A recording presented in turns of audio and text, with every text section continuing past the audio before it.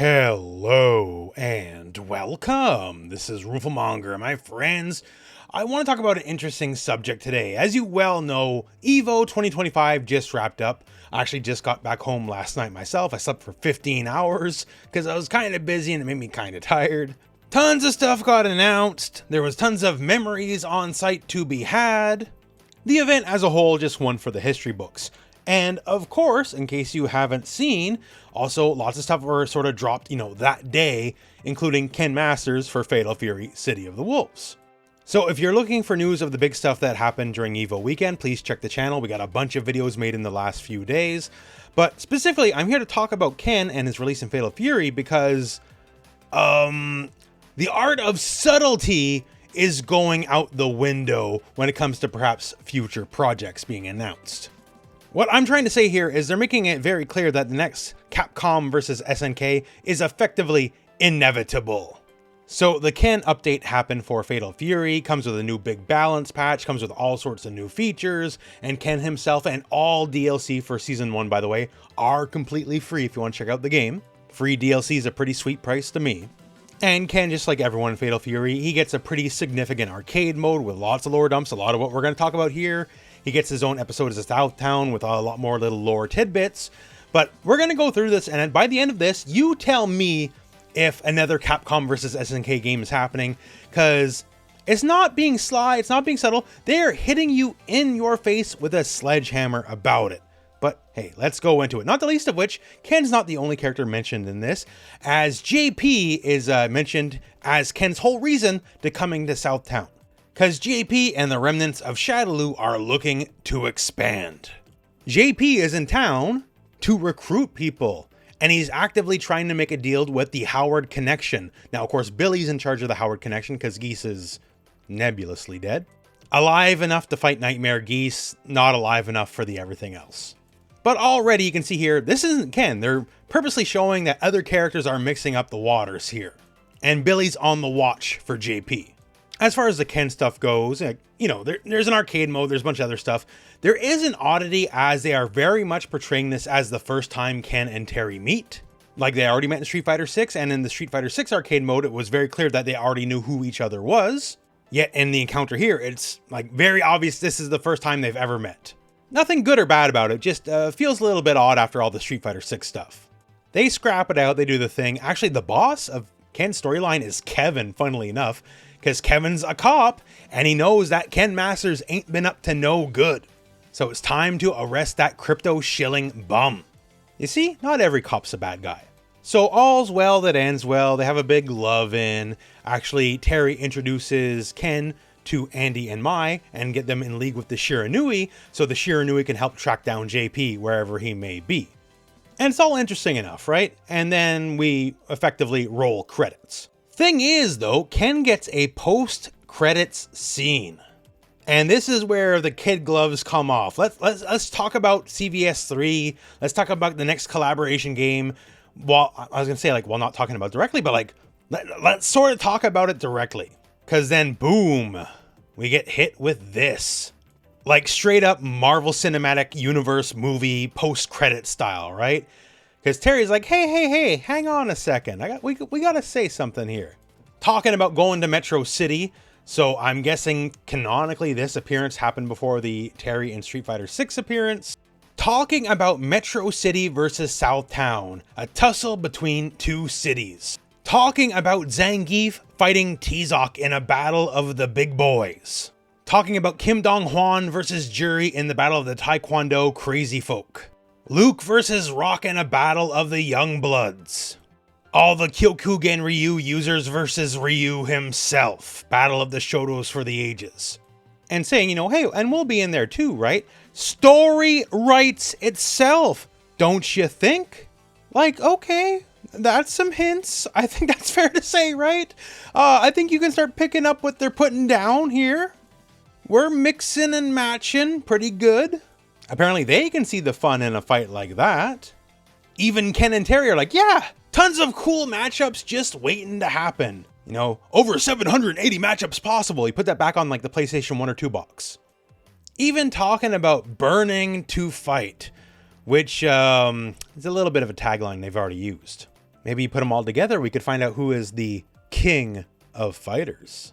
And then here comes the line. This is the only part of this giant lovin' that's potentially subtle at all. And this is the biggest nail on the cross. It's gonna be pure chaos. Gather around! Pure chaos! So what does this mean? Well, there is Capcom versus SNK, but there is also SNK versus Capcom. It works both ways. Sometimes Capcom makes it, sometimes SNK makes it. Now, admittedly, SVC Chaos, which was SNK's version of the crossover game, isn't their best title because it came at a not great time for the company. They're doing a lot better these days. But even with all the issues the game had, and if you want to learn more about the game, we did do a breakdown on just the game as a whole a while back on the channel. But yeah, it had great art, fantastic art, some very memorable and interesting character choices for a versus game. It's a very interesting piece of work. And what they seem to be putting down here is, on top of just banging us over the head over and over and over, hey, you know, wouldn't it be cool if we did a whole other versus crossover again, is it looks like SNK might be the one at the helm of it. Because Chaos is their game. And to be frank, it makes sense in a lot of ways. Modern Capcom, they're a very big title-driven business now, right? They only do hits. They don't as much do smaller games. Although with like Path of the Goddess, they seem to be trying that again a little bit. Versus say SNK is full-on only fighting game mode, and they have effectively an infinite budget to do it with. You know, the big love-in that's been happening for the last while, right? All this crossovers, Terry and Mai going to Street Fighter, we have Ken and Chun-Li coming to Fatal Fury. They've been releasing a lot of the old games in these big collections like Capcom versus SNK 1 and 2. You know, they're pretty much slapping us in the face with this stuff. Might as well be saying, man, Ken, I wish you would fight Robert. I would love to see two millionaires fight. Geez, this would be some kind of match of the millennium. We are very much in the fighting game renaissance, and it does not seem to be going anywhere anytime soon. Games like Marvel Tokon and 2XKO are promising 10 years of support for the games. That's not nothing. We're here for the long haul. It's not like Street Fighter is going anywhere anytime soon. We got a new Virtua Fighter. SNK is working on a new Art of Fighting and a new Samurai Showdown, and they're committing to King of Fighters 16 already. Tekken 8, well, we hope Tekken 8 does better. But like, you know, the time to do this collab stuff again is now. And this whole ending sequence for Ken here, this isn't just wink, wink, nudge, nudge. Once again, this is effectively shoving it in all of our faces. Like this, there's no subtlety to this. There's no art to this. And good. Don't be subtle. Don't be artistic about it. I want this. Everyone wants this. They got it right there. Somewhere, someday, see you around till that day comes again. I love Street Fighter. I love all the SNK titles. Capcom vs. SNK 2 is one of my favorite games of all time. To say that I'm all the way down for this is something of an understatement. The only thing I can knock possibly is permit me to go into fanboy mode is there's better matchups. Like not Zangief versus T-Hawk. T-Hawk versus T-Hawk. Two Mexican flying birdman grapplers. That's the fight we need. Not Dong versus Jury. We need Kim versus Jury because Kim has to reform her for her bad image for Taekwondo and like Korea in general. And then he can get her set up like Chang and Choi. And that's how we get Chang back in the game in 2025 or further, right? We need Chang back. So many matchups of new blood versus old blood. How about Manon versus Shermie? We got like the French fashion grapplers going at each other. That writes itself. I could spend all day on this. I can make a whole video about it. Hey, maybe one day I will. I love fighting games. If you follow the channel for any time, you probably got that by now, right? And I find the fighting game collaborations are some of the biggest like love-ins for the genre itself. More than just, you know, a company collaborating with each other, but just to show the general love for the concept of a fighting game that's my dude versus your dude. I'm always very, very down for that, and I hope more of that happens in the future.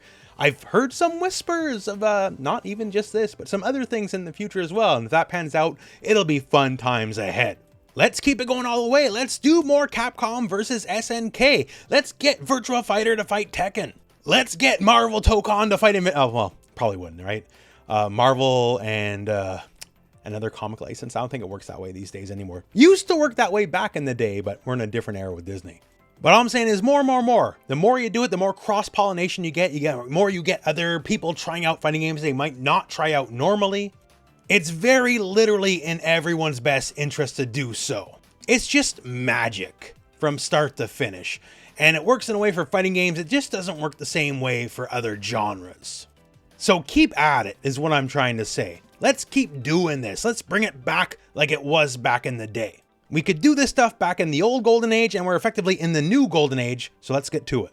So that's sort of the news as it stands. We all hoped, and now that Ken's actually out in Fatal Fury, you know, we're getting the other half of the Street Fighter / SNK collaboration going here. They are spelling it out in a way to us that just makes it seem like it's a done deal already. And for all of our sakes, I hope it is. If we can get another Capcom versus SNK or SNK versus Capcom, whichever it may be, I think it's more likely for SNK to do it. But either way, right? The FGC as a whole greatly benefits from it. Like, whatever the game could be, it could be a whole new kind of game. They can try out new things. It'll introduce you to characters you may not be familiar with if you're on one side of the fence or the other. Just grand stuff all around. But that all said, that's the news for the moment. That's it for me. That's it for the video. So, thank you very much for watching. Hope this video has found you well, and go out and play some fighting games.